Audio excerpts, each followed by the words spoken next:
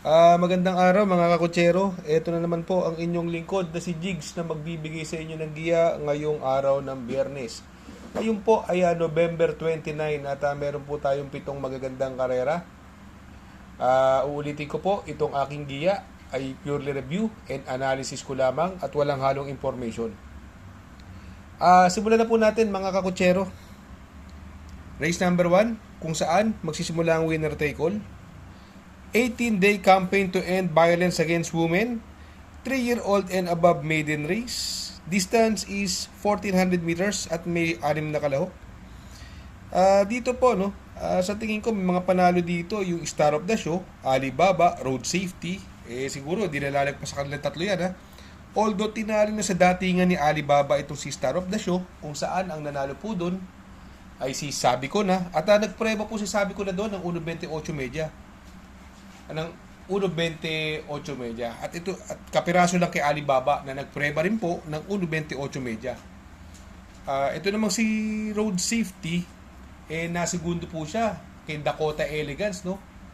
Nagpreba naman po si Dakota Elegance ng 1.26 at ito naman si Road Safety ay nagpreba po ng 1.29 media, no? So eto medyo malapit ang prueba, although mas malakas ang nilabanan ni Road Safety kumpara kay Alibaba, no. Ito si Star of the Show naman, tercero last run, nasigundo si Alibaba, ang nanalo po si Sabi ko na. Kaya lang ito pares mabilis to, no? Road Safety at Alibaba, no. Kung sakaling magkaroon din ng habulan, pwede rin makachamba pa rin yung numero 1 Star of the Show. Magdadala po din po kasi siya ng napakagaang na 49 na timbang.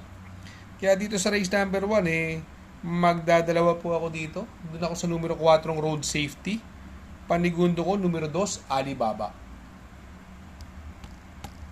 Sa race number 2, kung saan magsisimula po ang ating pick 6. Pilracom Rating Based Handicap System Race, Class 5, 5 non-placer. Distance is 1200 meters at may 8 kalahok. Dito po, possible scenario po, no? Pwedeng mauna po rito yung numero 1 Arigato at binigay na po kay Jackie BJB Galleta at magdadala po siya ng pinakamagaang na timbang na 50, no? Ang pwedeng magbigay ng pressure sa kanya yung numero 7 Lady of Peace, no? Pero lately itong Lady of Peace pinipilit na isunod lang ni DL Camanyero at gamay na gamay niya po yan, ha? Lady of Peace, no? Kung sakali naman po magkaroon ng pressure sa unahan tong dalawang ito, no?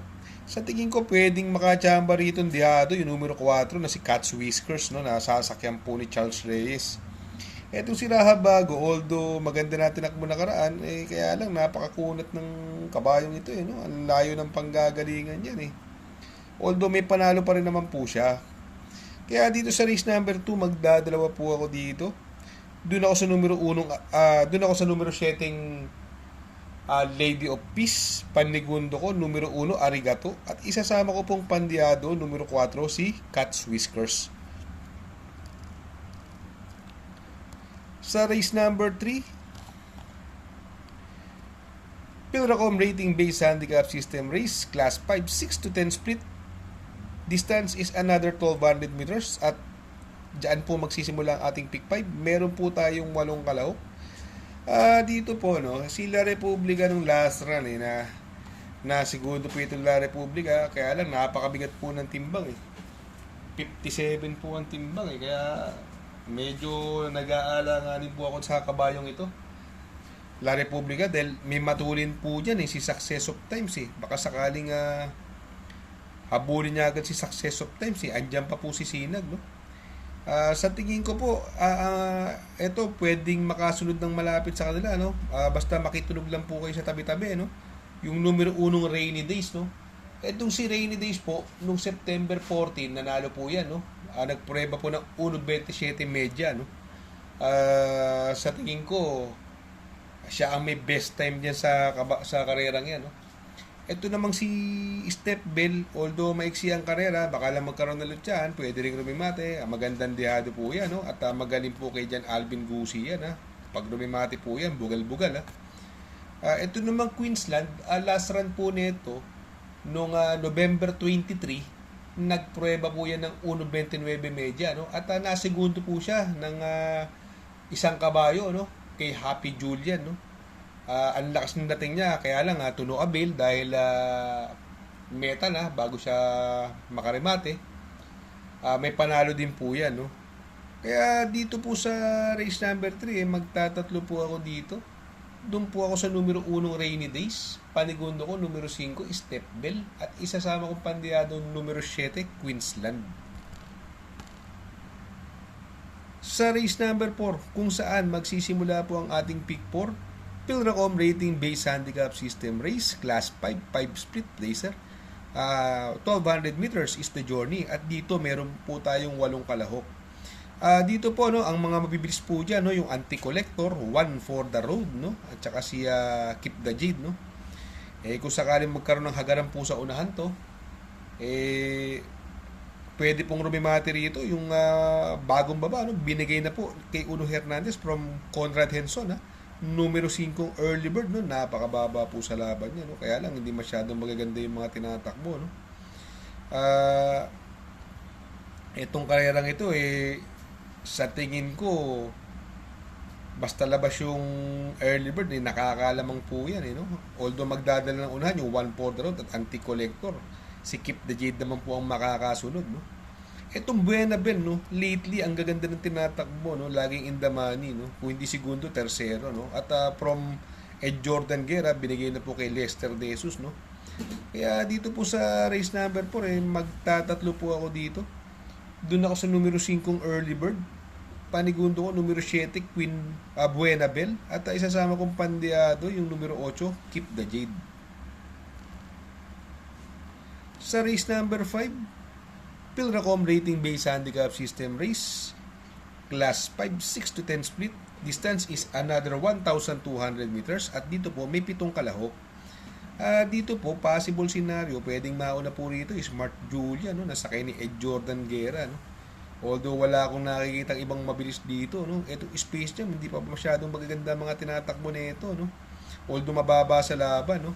Itong si Bang, binalik na po kay Jomer Storke, no? Sa tingin ko, yan ang malalyamado dyan, si Bang, no? Huwag lang toyoin, malaki panalo dyan kabayong yan, ha? Ito namang si I Like This Girl. Si I Like This Girl po, nung July 2, segundo po yan kay Success of Times at nagprueba po ng 1.31 media, no?